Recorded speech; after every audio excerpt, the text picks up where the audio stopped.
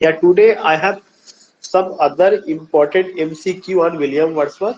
ये पूरा एक सीरीज चला रहे हैं विलियम वर्ड्सवर्थ के ऊपर एमसीक्यू का। अभी तक हम लोगों ने पूरा जो एज कवर किया, रोमांटिक एज तक कवर किया है। उसी में एक इम्पोर्टेंट राइटर विलियम वर्ड्सवर्थ है, उनको लेकर के भी कल 100 क्वेश्चन हमने कवर किया था। आज भी बहुत इंपॉर्टेंट क्वेश्चन है।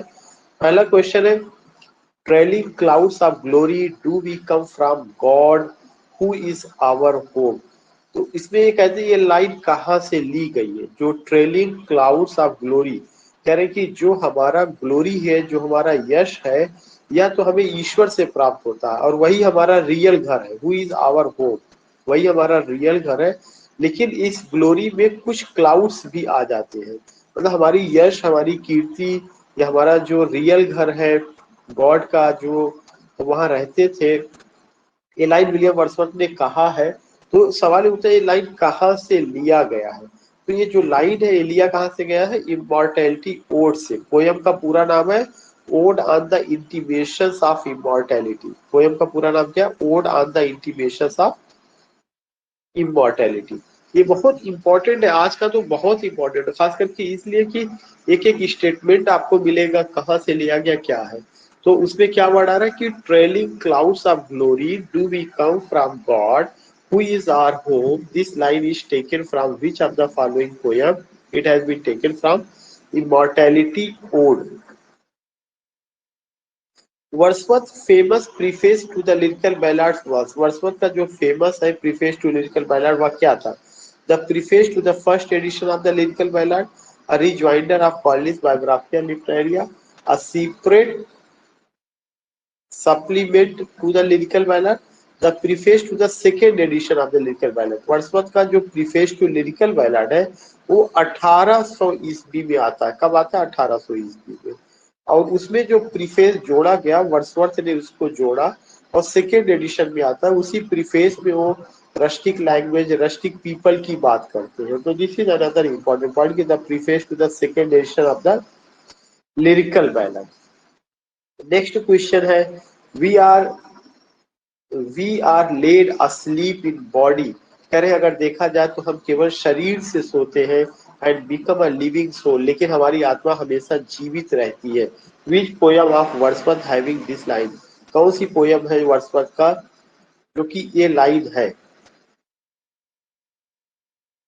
विच पोयम ऑफ, ये टिंटन अबे से लिया गया है। It has been taken from Tintern Abbey. We are laid asleep in body and become a living soul. It has been taken from Tintin Abbey. Next question है कि वी why is the year 1798 taken to be the year of the beginning of the romantic movement.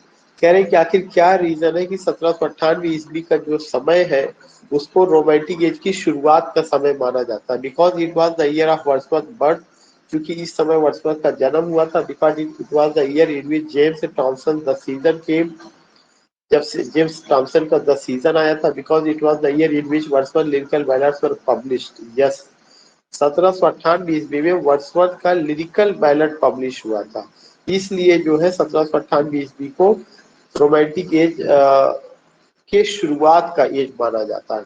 बाकी और जो भी चीजें दी जा रही, जैसे यहाँ पे फ्रेंच रिवॉल्यूशन, तो ये फ्रेंच रिवॉल्यूशन 1789 में आया है। Because it was the year in which James Thompson season was publish. James Thomson का जो सीजन है वो 1726 में उन्होंने लिखना शुरू किया था, 1730 में कंप्लीट हुआ है। वर्ड्सवर्थ का जो जन्म है वो 1770 में हुआ था। तो इसमें जितनी भी चीजें हैं वो कौन सा लिरिकल बैलाड वाला सबसे इम्पोर्टेंट है। और लिरिकल बैलाड का कब आया हुआ था, 1798 ईस्वी में लिरिकल बैलाड वाला। तो ये लिरिकल बैलाड का इम्पोर्टेंट है कि हम रोमांटिक एज को देखते हैं या मानते हैं, क्यों या कब से, जब लिरिकल बैलाड हमारा पब्लिश हुआ। Wordsworth was popularly famous as the poet of which. Wordsworth जो है एक तरह से फेमस है किस पोएट के रूप में, Lancashire region, Lake District, Wessex region, Waverley region. Lake District के रूप में वर्ड्सवर्थ का जो आप देखेंगे कि उनका जो था वो लेक डिस्ट्रिक्ट के रूप में फेमस रहे। Wordsworth wrote a sonnet on, Wordsworth ने एक सोनेट लिखा किसके ऊपर? शेक्सपियर के ऊपर, मिल्टन के ऊपर, सिडनी के ऊपर, बेन जॉनसन। वर्ड्सवर्थ ने मिल्टन के ऊपर सोनेट लिखा और उस सोनेट का नाम है लंदन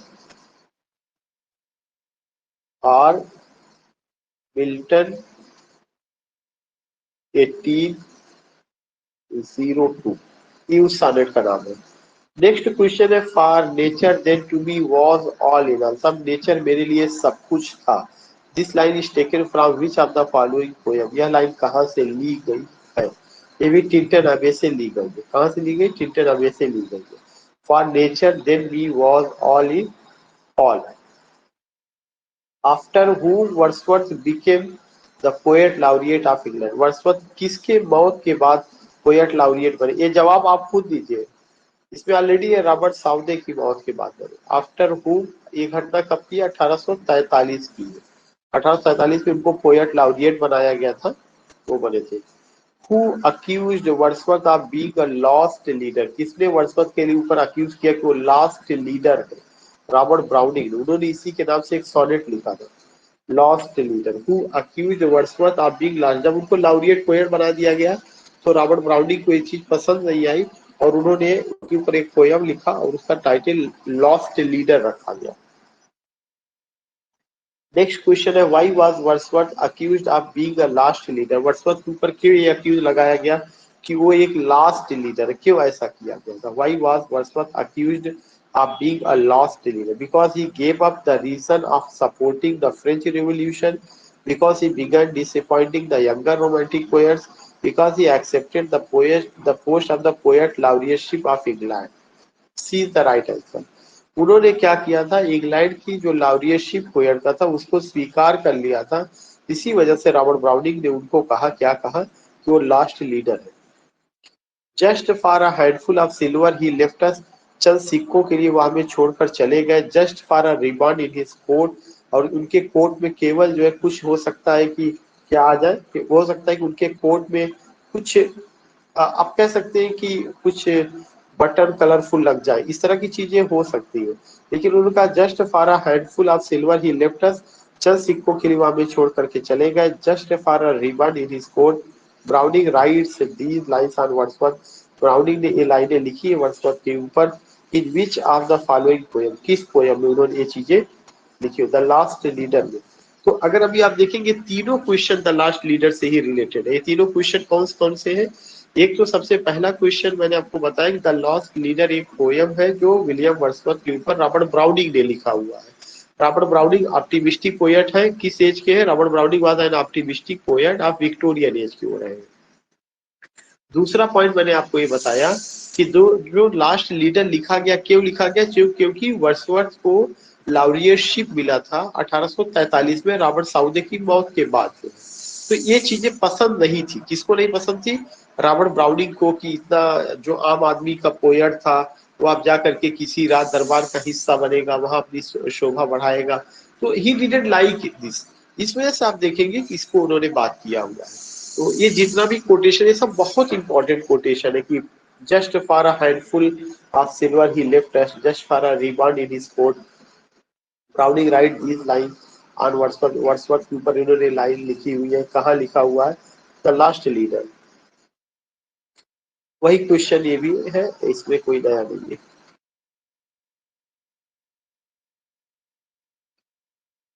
ये बहुत इंपॉर्टेंट है। But Europe at that time was thrilled with joy, French standing on the top of golden arts and human nature seeming born anew. In these parts Wordsworth referring to, Wordsworth ने इन लाइनों में किसके बारे में बात किया हुआ है? वर्ड्सवर्थ ने इन लाइनों में द फ्रेंच रिवॉल्यूशन के बारे में बात की। किसके बारे में? The French revolution. यही क्वेश्चन यहाँ पर इसमें पूरा का पूरा दिया गया है कि the beginning of the age के बारे में, the period of discovery of new lands के बारे में, the period of the French revolution, C the period of the French revolution. उसमें उन्होंने क्या बात किया कि जब फ्रेंच रिवॉल्यूशन शुरू हुआ था तो यूरोप जो है खुशियों से बिल्कुल थ्रिल्ड था।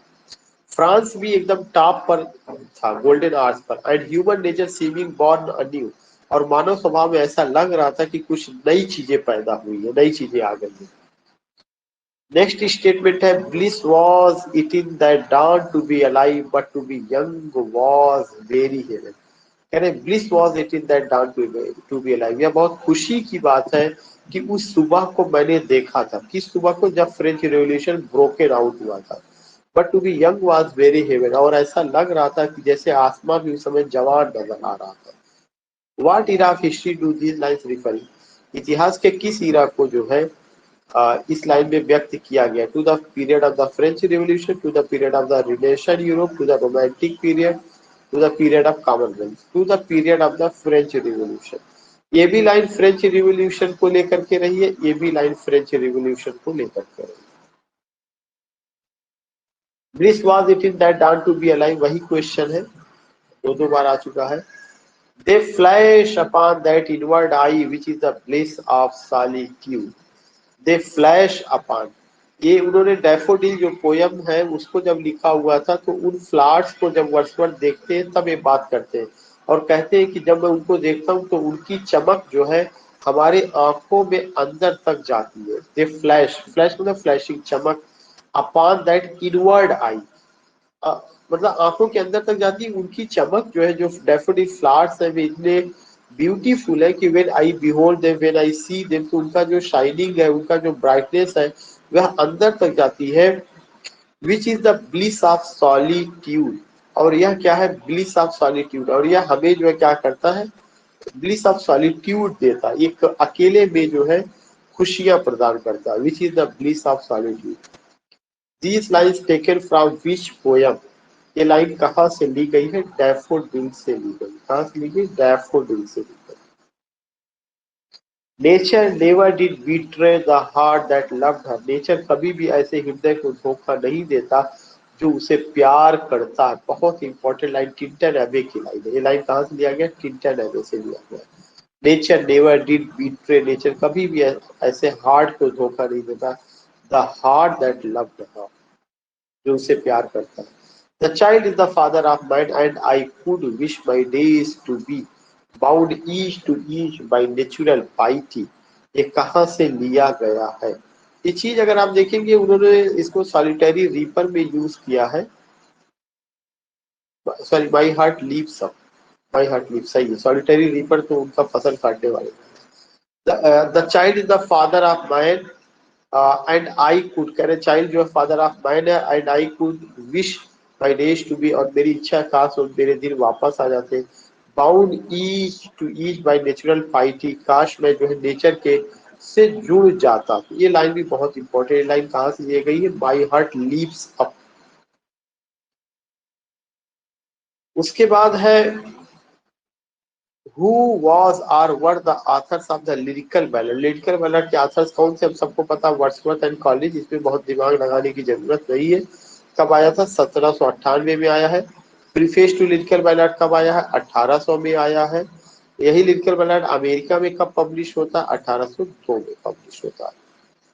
वर्ड्सवर्थ प्रील्यूड, वर्ड्सवर्थ का जो प्रील्यूड है philosophical poem, autobiographical poem. Wordsworth का जो प्रील्यूड है ये ऑटोबायोग्राफिकल पोएम है। 1805 में लिखा गया, 1850 में उनकी मौत के बाद पब्लिश हुआ है। To me the meanest flower that grows can give thoughts that do often lie too deep for tears. This line is taken from which of the following poem? करे to me the meanest flower, मेरे लिए तो जो छोटे से छोटे flower है वे भी मुझे खुशियां प्रदान करते हैं। That grows can give thoughts that do often lie too deep for tears. ये लाइनें कहाँ से ली गई है? इमॉर्टैलिटी ओड से लिया गया है। Ode on the intimations of immortality, ये पोएम 1807 में पब्लिश हुआ था। वो Joy excuse that me in are, या सर, ये my child is the father of man, sir कहीं कहीं रेनबो में दिया है। रेनबो में उन्होंने उसको यूज किया हुआ है, रेनबो में भी उन्होंने उसको यूज किया हुआ है, लेकिन अलग से पोयम में उन्होंने odd on the intimations of immortality में भी यूज किया हुआ है। माई हार्ट लीव्स अप, जो माई हार्ट लीव्स अप है ये रेनबो का ही पार्ट है। माई हार्ट लीव्स अप ये रेनबो अच्छा, का ही पार्ट है। हाँ, उसी में उन्होंने यस। उसका जब वो उसमें वो करते माई हार्ट लीव्स। तो to be the meanest flower that grows इसमें हो गया। फिर देन यू फाइंड कि वो joy that in our embers is something that doth live that nature yet remembers what was so fugitive, a very important point. वो joy कह रहे कि अरे खुशियां that in our embers is something that doth live, that nature yet remembers what was so fugitive. This line is taken from which of the following poem? यह line किस poem से ली गई है? ये भी आपका इमॉर्टैलिटी ओड से लिया गया है। It has been taken from immortality ode. Eastern daughters of the voice of God, eastern daughters of the voice of God, who is the eastern daughter? Duty, ode to duty में ये बात उन्होंने कही हुई है। Eastern daughter of the voice of God, who is this eastern daughter? The thing became a trumpet whence he blew, soul animating strains in whose hand according to Wordsworth। Wordsworth जो है कहते हैं ये सब चीजें किसके हाथ में? मिल्टन्स के हाथ में। जॉन मिल्टन को लेकर के you will come to know कि Milton's in his hand the thing became a trumpet whence he blew soul animating strains। ये सब लाइनें हैं, लाइनें जो पूछी जाती है उसी को लेकर के ज्यादातर बात हुई है। बहुत इंपॉर्टेंट पॉइंट चल रहा है, ये मिल्टन को लेकर उन्होंने बात किया। The sweet things that ever grew beside a human door, this line is taken from which of the poem? This line is taken from To Lucy। The sweet things, the sweetest thing जो सबसे मधुर चीज होती है, that ever grew जो कभी पनपती है, beside a human door मानव के जो है दरवाजे के बगल से वो पनपती है। ये कहाँ का हिस्सा है? टू लूसी का। Dust as we are, the immortal spirit grows like harmony in music. There is a dark, inscrutable workmanship that reconciles discordant elements। This line is taken from which of the following poem? ये लाइन कहाँ से ली गई है? The prelude, immortality ode, the excursion, Tintern Abbey. ये कहाँ से ली गई? यू विल सी की द प्रिल्यूड से। Here you see dust as we are, कह रहे हम धूल के समान है। द इमॉर्टल स्पिरिट ग्रोथ, लेकिन हमारे अंदर की जो इमॉर्टल स्पिरिट है यह हमेशा ग्रो करती है। लाइक हार्मनी इन म्यूजिक, जैसे म्यूजिक से एक सुखद आवाज आती है। देयर इज अ डार्क, हमारे जीवन में अंधेरा हो सकता है। Inscrutable workmanship that reconcile discordant element, लेकिन जो अंधेरा है ये एक समय जो है खत्म होगा। और कब खत्म होगा? जब हम नेचर का हिस्सा बने। ये बात उन्होंने द प्रील्यूड से लिया हुआ है। उसके बाद what type of poem is Laodamia? Laodamia किस तरह का पोएम है? Laodamia is a narrative poem, एक narrative poem. me this uncharted freedom tires, I feel the weight of chance desires। This line is taken from which poem? हम इसको यहाँ explain कर दे रहे हैं। me this uncharted freedom tires, कह रहे हैं कि ये जो फ्रीडम की जो हम बात कर रहे हैं, जो वर्ल्डली फ्रीडम है, इससे मैं टायर्ड हो चुका हूँ, थक चुका हूँ। आई फील द वेट, और ऐसा लगता है कि सब कुछ मुझे भारी भरकम लगता है। वेट यहाँ पे भारी भरकम। I feel the weight of chance and desires, और दुनियावी चीजों जितनी भी सब मुझे भारी भरकम लगती है। ये उन्होंने ये कहाँ से? And elegy and narrative poem and ode a sonnet. ये किसका है? नैरेटिव पोयम का हिस्सा है। और ये नैरेटिव पोयम कहीं और का नहीं होगा, लायोडेमिया का ही है। Me this uncharted freedom tyres, sorry ये यहाँ पे फिर से आया है कि यहाँ पे ये किससे है? ये तो नैरेटिव पोएम वहां का लायोडेमिया की बात कर रहे थे। ये क्वेश्चन जो है फिर से रिपीट किया गया। ये लाइन कहाँ से ली गई है? ये लाइन ओ टू ड्यूटी का हिस्सा। क्यों? क्योंकि ओ टू ड्यूटी में उनको जितनी भी चीजें, दुनियावी चीजें बहुत ज्यादा उनको जो कैसी लगती है, बहुत ज्यादा उनको लगता है कि मटेरियलिस्टिक है, बहुत ही भारी भरकम लगता है, वेट जैसा लगता है। Now you see, come blessed barrier between day and day, dear mother of fresh thought and joyous health। This line is taken from which of the following poem? ये लाइन कहाँ से ली गई? टू स्लीप नाम की पोयम से ली गई है।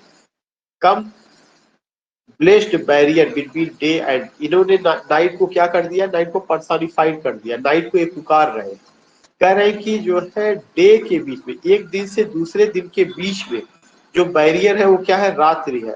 आओ रात्रि डियर मदर, और उसको क्या कहते हैं, वो एक माँ के रूप में देखते हैं। आओ माँ, आ फ्रेश थॉट, अच्छे विचारों को लेकर के आओ, एंड जॉयस हेल्थ, और हमारे लिए खुशियां लेकर के आओ।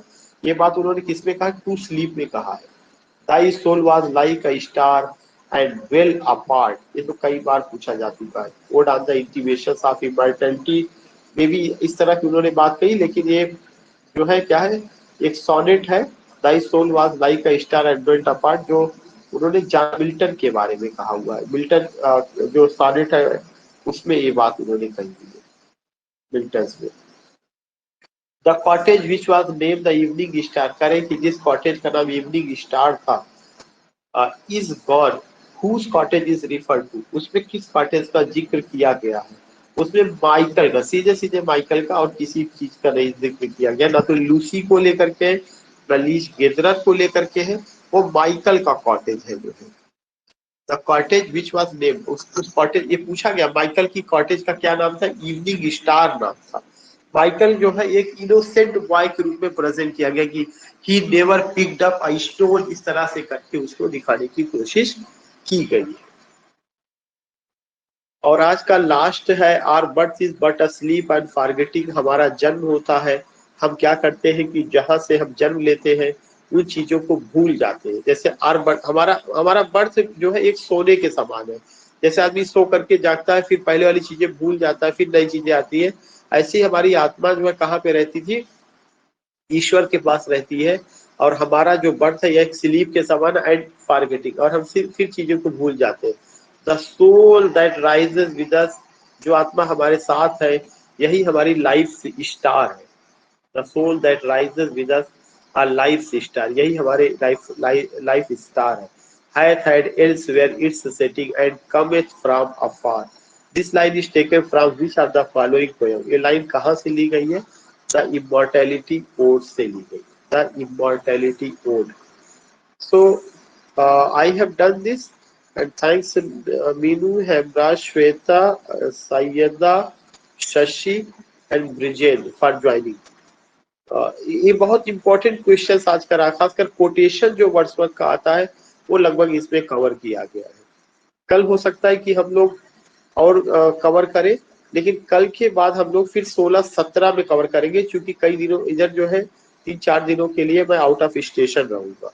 खासकर 14-15 और 2 दिन तो रहूंगा। अगर 16 को टाइम से रहा तो 16 को मैं क्लास ले सकता हूँ, नहीं तो 14-15 I will not be there. तो आप लोग ये सारा क्वेश्चन रिवाइज करते चलिएगा, ठीक है? Thank you sir.